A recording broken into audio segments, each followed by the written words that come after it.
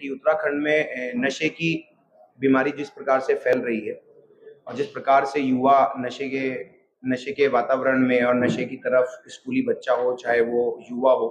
बेरोजगारी से भी जूझ रहा है, साथ ही साथ में वो नशे से भी जूझ रहा है। इसके साथ में स्थानीय लोगों को भी बड़ी समस्याएं हो रही हैं, जिसकी वजह से क्राइम भी उत्तराखंड के अंदर, देवभूमि के अंदर बहुत तेजी से फल फूल रहा है, पनप रहा है। उसके लिए, उसकी रोकथाम के लिए, उसकी जागरूकता के लिए भी नशा मुक्ति केंद्र जो है एक स्टेप आगे बढ़कर आया है कि ताकि समाज में हम अपनी एक नैतिक जिम्मेदारी को पूरा करते हुए अपना भी योगदान प्रदान कर सके। जिसके तहत हमने उत्तराखंड में इस समय जो भी नशा मुक्ति केंद्र चल रहे हैं, अलग अलग जनपदों में चल रहे हैं, संपूर्ण उत्तराखंड में चल रहे हैं, उन सभी को सम्मिलित कर एक यूनियन का गठन किया है, जिस यूनियन का नाम देवभूमि रिहैब वेलफेयर एसोसिएशन है। वर्तमान में उसकी अध्यक्षता मेरे द्वारा की जा रही है। मेरा नाम आशुतोष सिंह अस्वाल और सचिव साहब हमारे अमित कुमार जी हैं। सह सचिव इसमें हमारे जो है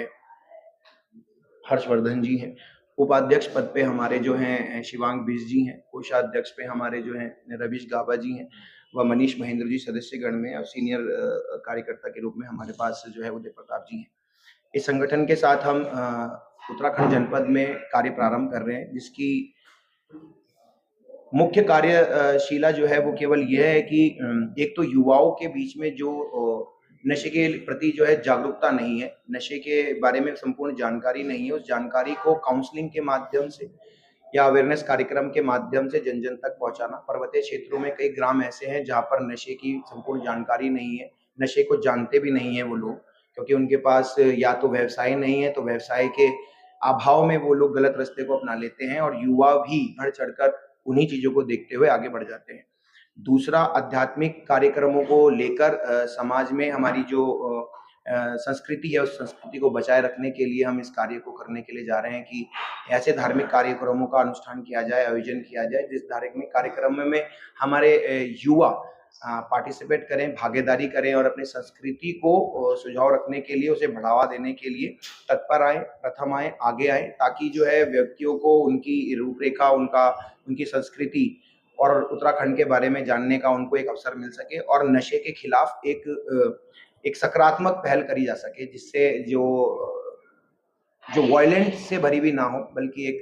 शालीनता से भरी हुई हो, ताकि व्यक्ति समाज हित और देश हित के काम के लिए प्रेरित हो सके।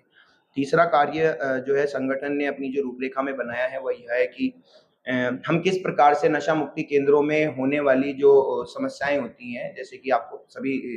प्रेस में सभी को पता है, सभी पत्रकार महोदय को ये बात ज्ञात होगी कि किस प्रकार से नशा मुक्ति केंद्रों में जो है अनियमितता के कारण कई दुर्घटनाएं घट जाती हैं। उनको भी नियंत्रित करने के लिए संगठन का निर्माण किया गया है, इस यूनियन का निर्माण किया गया है कि स्टेट मेंटल हेल्थ गाइडलाइन के तहत नशा मुक्ति केंद्रों को चलाया जाए, ताकि उस गाइडलाइन के अंदर नशा मुक्ति केंद्र एक बेहतर वातावरण, एक बेहतर सुविधा और एक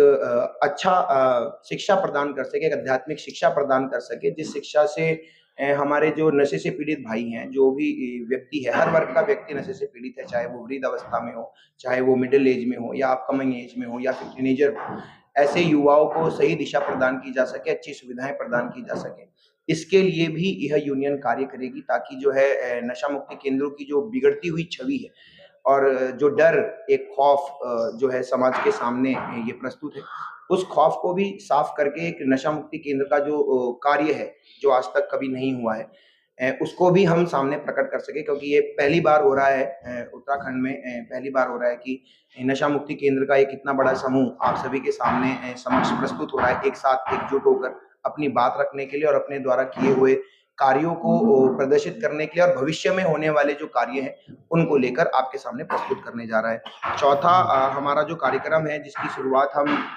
सर्वप्रथम, हमारी संस्कृति कहती है कि यदि कोई भी कार्य किया जाता है, कोई भी काज किया जाता है हमारे धर्म में, हमारे हिंदू धर्म में, हमारे सनातन धर्म में, तो मंगल कार्य से प्रारंभ किया जाता है। तो इस संगठन का सर्वप्रथम कार्य जो है वो नशा मुक्ति केंद्रों के जो इलाज ले रहे बच्चे हैं उनके द्वारा एक रामलीला प्रस्तुत की जा रही है, जिस रामलीला में केवल और केवल वही व्यक्ति किरदार निभा रहे हैं, ये कोई कलाकार नहीं है, ये वर्तमान में नशा मुक्ति केंद्रों में इलाज ले रहे बच्चे हैं। 40 नशा मुक्ति केंद्र है, 40 नशा मुक्ति केंद्रों से 40 बच्चों को एकत्र किया गया है जो इस भव्य रामलीला का मंचन मौकमपुर माजरी माफी में 8 तारीख से प्रारंभ करेंगे। ये संदेश होगा रामलीला को एक केवल एक मनोरंजन के माध्यम से प्रदर्शित करने का उद्देश्य नहीं है। राम मंचन को प्रदर्शित करने का एक उद्देश्य ये है कि श्री राम जी के चरित्र को हम अपने जीवन में अपनाएँ और उस जीवन से हम कुछ सीख लें कि व्यक्ति के जीवन में, एक पुरुष के जीवन में, एक युवा के जीवन में कितने मेंटल प्रेशर हैं, करियर फेलियर्स हैं, बहुत सारी ऐसी समस्याएँ हैं जिसकी वजह से वह जूझ रहा है, जिसकी वजह से वो नशे की तरफ उमड़ रहा है, आकर्षित हो रहा है नशे की ओर और समाज अहित और देश अहित के कार्यों की तरफ वो प्रवर्तित हो रहा है।